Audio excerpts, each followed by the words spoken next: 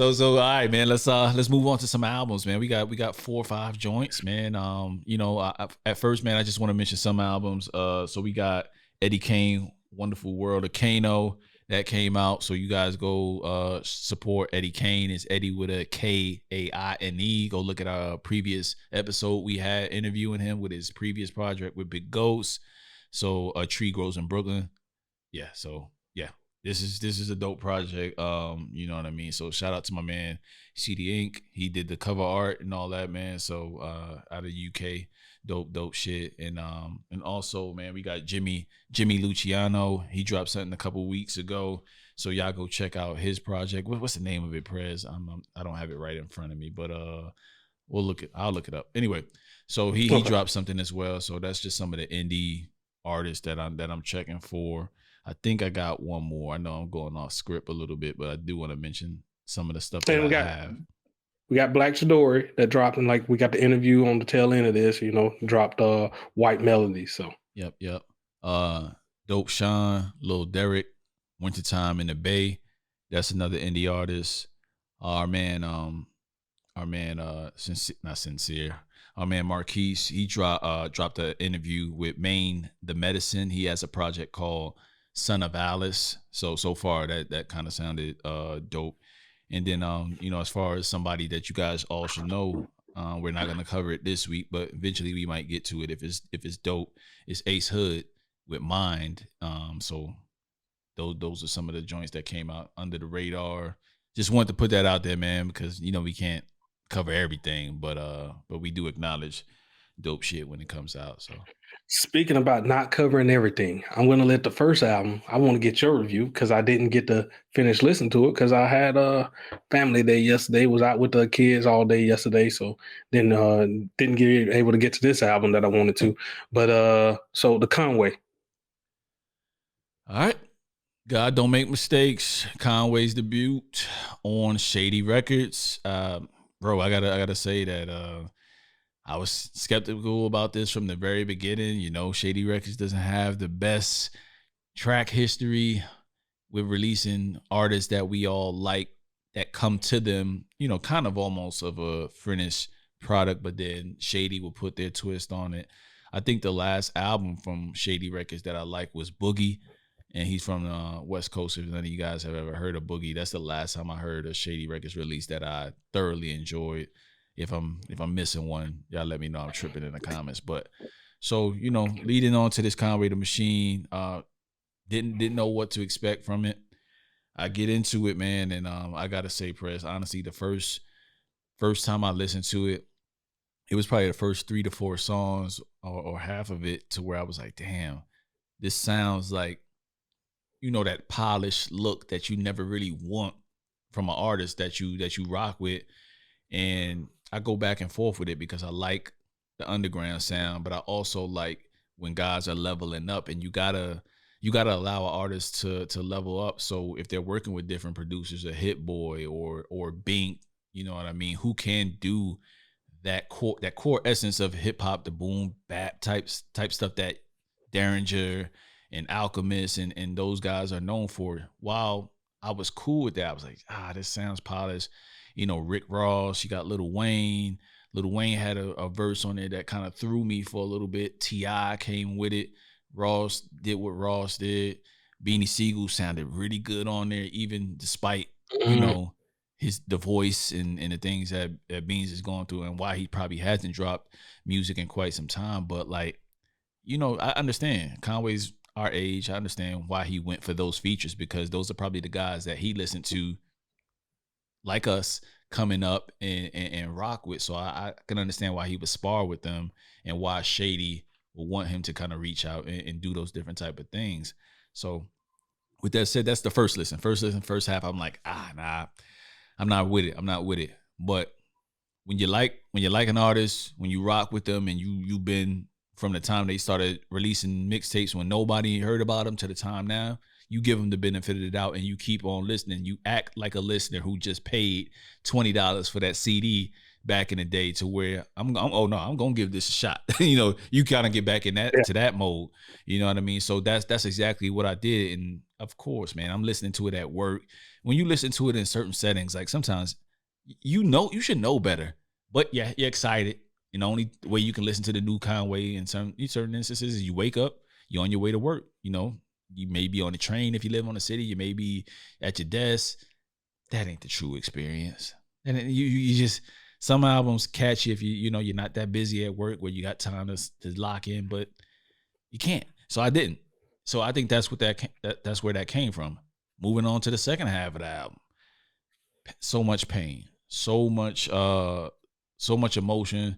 Him even tapping into a lot more of just songs where he talked about losing his child, songs where he just really detailed getting shot. Like he's mentioned it before in a lot of different projects, but like this is the time, especially the title track "God Don't Make Mistakes." Like the end, like the way he ended that joint off, it was reminiscent of like a Beanie Siegel's "Die" from the first Beanie Siegel album to where Mhm. "Die" and change, I can't repeat it, but y'all know what I'm talking about. If y'all listen to Beanie Siegel and y'all fans, "Die" was the very last track of his first album, The Truth, and it just ends off, really, really beautifully in terms of just like giving you something to want more to. But one of the tracks that I liked a lot, I won't not say one of the tracks, but one of the tracks that stood out, and I wanted to get this right, was the joint with Jill Scott Press. And since you haven't gotten to it, Jill Scott spit a 16. And when I What? say spit a 16 is raw. Raw. She talking about pussy. Like she she went in. Like she went in and sang on it. I don't remember the last time I heard Jill Scott spit a 16 or if I've ever heard Jill Scott spit a 16, but boy, she went in, man. And that's the gem off the album. Just how it caught me off guard. You know what I'm saying? So Jill Scott, so he got production from Bink, Derringer, Alchemist, Justice League. And at my third listen, I walked back my stance on what I said initially when I first opened up. It, it's good. It's good. It's just you being you, and you expected something great, and then brought back to reality, then listening, and then you kind of settle in to where Mhm. where you give the honest opinion. And that's kind of where it went for me. It went all over the place, and then I settled in. And this is a solid body of work. I'm not gonna give it a mics or anything like that, because 2 days out. But this definitely is something I'm gonna sit with and continue to rock with. I think he nailed it in terms of emotion, in terms of being vulnerable. I think he nailed it in terms of just going for the vets and standing toe to toe with the vets. So my favorite songs off of it are "Guilty." If y'all don't know, I'm a big fan of Bink's production. "Stressed," that's one of them dope songs. "Lock Load" with Beanie Siegel. As y'all know, Beanie in my top five. "Damn What You Say," and so much more. So much more. And of course you got the songs with Benny and West Side, so yeah, man, that's my assessment, man. Go check it out. Really dope project. Debut. So go support them, man. Go support them, man. I hate when underground artists don't do exactly what certain fans do. They turn their backs on them, and the first ones to say trash or this ain't it and all that. And I venture to say, that's funny too. When you first you do those type of things, but you don't buy the album and support the artist so that they can continue to ascend. But that's neither here nor there. I think but we're all hypocritical fans. It is what it is. Great project. God Don't Make Mistakes. Conway the Machine. It's fire. Boogie. You said you was naming shady artists who last ones like to see put out something good. Boogie. Yeah, I said Boogie. Oh, you did? Yeah, I did. I don't think you did. I But did. I did. I said the well, last yeah, you artist got that put tape. up. It'll come back in the tape. It'll come back in the tape. I don't think you did. Oh, I Boogie. mentioned Boogie. I like that Boogie album. I haven't forgot that joint. So for sure. But Yeah. yeah, that's my take on Conway the Machines. God Don't Make Mistakes. Y'all go check it out. Sit with it. Don't give it one listen and just go off on wild takes. But you do what you want. But I grew to like it after my third listen, and I'm probably going to continue to listen to it because there's just too many dope tracks on it to just toss it aside. It's not one of those albums. So yeah, man, that's what I got. All right, I'm gonna go to my first listen of the week. My first would listen was Kodak Black. Kodak Uh, Black dropped Break it his down. album. What's the name of the project? Yeah, name of the project is Back for Everything. And I mean, at this point, yeah, if you're a Kodak fan, you kind of know how you're gonna do. He got a sing song like melody type flow that he kind of intertwines in it, just talking real shit, real life shit, stuff that goes on. So, like several songs on here, ones that I think are like the most stand out for me, "Sink My Ship" and "Hitting Houses," but also like "I Wish." Uh, what was another one? You Sing Boo.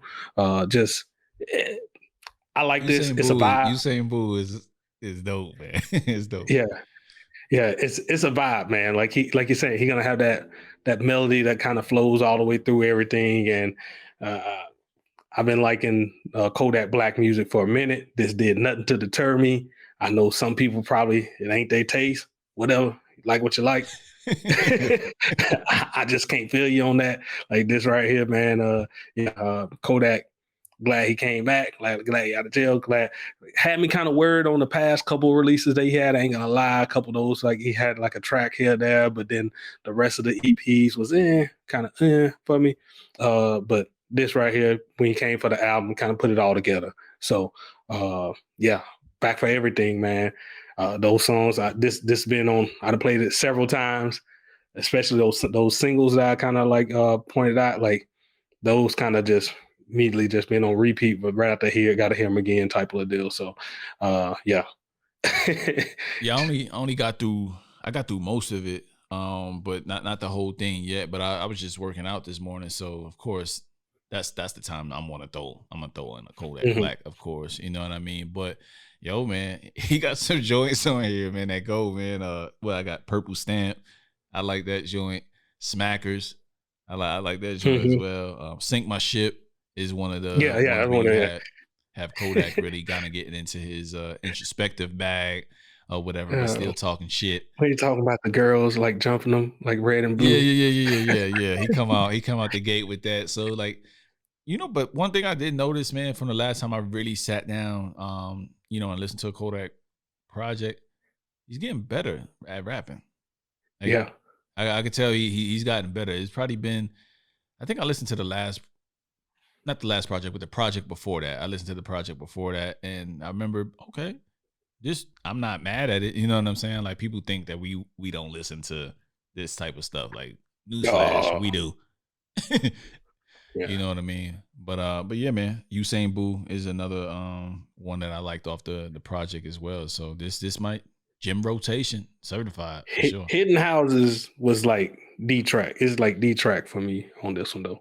Oh, then I definitely didn't. I don't know if I got to that yet, or maybe I just was hitting the gym and doing my thing, and it just because I wasn't watching the track list, I was just listening, and then the Mhm. ones that really stood out to me, then I was like, oh, let me go check and see what this is. You know what I mean? That's playing, so I can remember to speak on it. But again, man, I'm not mad at Kodak, man.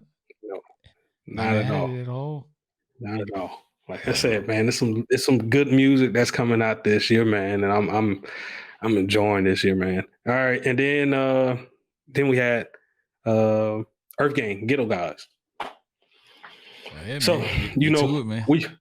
we big Earth Gang fans, and so everything they kind of put out is testing the waters on something a little bit different, a little bit of what they're going through. I really like the single "A Man" that came out, like so that already had me kind of locked in. I'm like, I don't need to hear nothing else. Like once the album dropped, I'm kind of sold on this. I think it is kind of a shift or a vibe in how they did it. I think it was more in line with Spillaging, like when they was on that, that type of vibe of a full album, and but it's not like anything else that you're really hearing. I mean, I'm comparing it to something else. They was a part of a group that did. You know what I mean? they it's their uniqueness that kind of drives me to their music and how they continue to kind of push even those limits to where they go. So really, really feeling the album, like it. Will definitely be on constant little playthrough going throughout the year.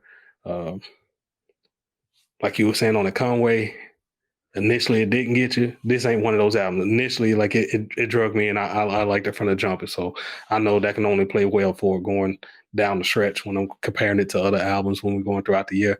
And I can't wait to actually get back into this week where I got more listen because I mean, only 2 days kind of sit with me.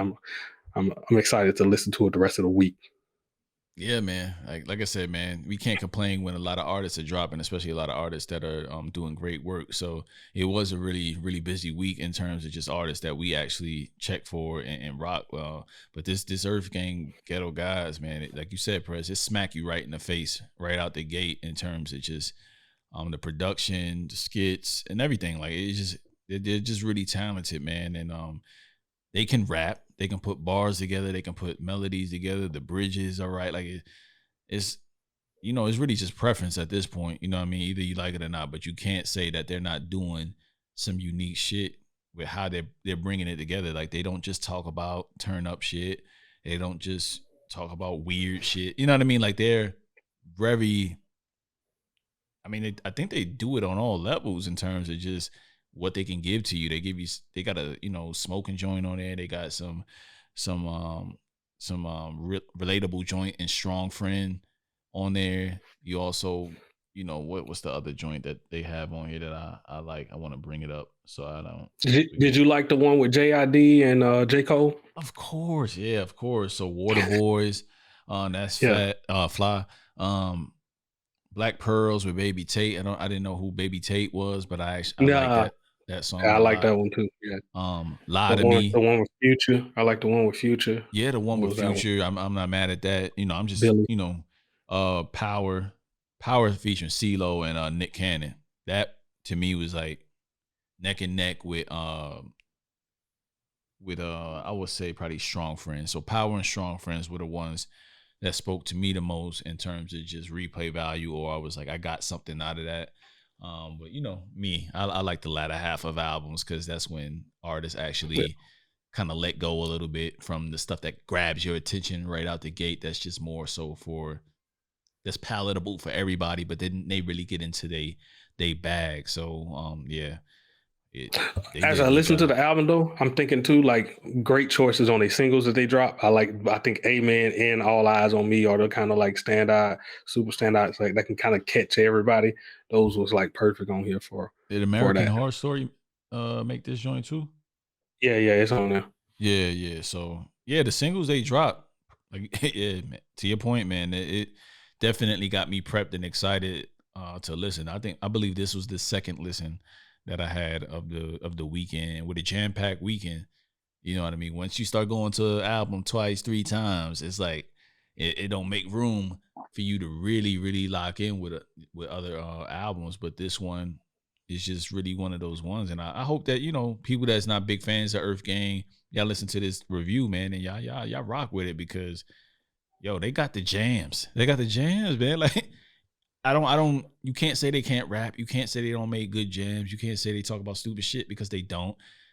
It's just Dreamville did a good job with these guys, man. So yeah, I like what they're We doing can go one even artist wise. further. Every time we done went to one of their concerts, man, it's they had that energy for it, man. Yeah, yeah, they get some old motherfuckers like us hype. You know what I'm saying? We out here, we up there. We pumping a fist and shit. You know what I'm saying? Out of our out of body experiences and shit. So they fire, man. Y'all go check out Ghetto Guys. Like I can't say enough good things about it, man. So what do we? You got any last things on Ghetto Guys? No. That's All it. right, man. So what else? What else we got, man? In terms of albums, we went through Kodak Black, we went through Earth Gang, Conway the Machine. Who is next, man? Who is next? Uh, Oh, got the Robert Glasper joint on there. So, yo, Prez. Uptown XO He dropped dropped one some? too. Yeah, I think it was like on the 22nd. Yeah, it was right around the 22nd when Donda 2 was supposed to drop, called Bumpy X with Simpa B. Uh, if you like his music like I am, this is more in line, right along with it. Good playthrough. It's in the rotation. I will continue listening at it. Uh, I'll come back with a more thorough review next week. But first two playthroughs, it's good. It's good, man. I like it. I would definitely say, like I said, if you liked his last album, The Culture Over Corporate 3, like this right here, still along those lines, and yeah, good music. Good music. Yeah, yeah. All right, man. Definitely tap into it, man, and see what he talking about since this is one of your guys. But the Robert Glasper joint has the who's who, just soul, that soul music, man, on there, man. And press for R&B purposes. Go ahead and get on this. Go ahead and get on this. What's the name of it? This is Robert Glasper's Black Radio 3. Black Radio 3. So go ahead and hop on this, man. Let me know, when you riding with the wife or you just with the kids, man. This is easy playthrough, and they got some jams. I was just listening to it, just vibing. Found myself vibing throughout the whole thing, man. So yeah, y'all go check out Robert Glasper history. I don't really nominated for a Grammy with Ninth Wonder, man. Like from last year, you know what I'm saying? So he the real deal. So check out the project, man. Black Radio 3. There was one of those weekends, and I was like, damn, my Parent of the Year award or any of that. Y'all gonna listen to some Kodak Black. We're gonna hear some EARTHGANG this week. Oh man, I was saying the same thing to myself on the ride back before I came for the pod. Like I'm like, damn, I'm just listening to Kodak right out. Just shit he's saying. I hope my youngest son don't repeat. Hope he don't snitch on me, man. But he snitch on me any chance he get. Yeah, daddy had such and such. I'm like, God damn, bro. It's gonna come a time where you need me. It's gonna come a time. It's gonna come a time where you need me to keep a secret. But yeah, man. But yeah, I think that's it.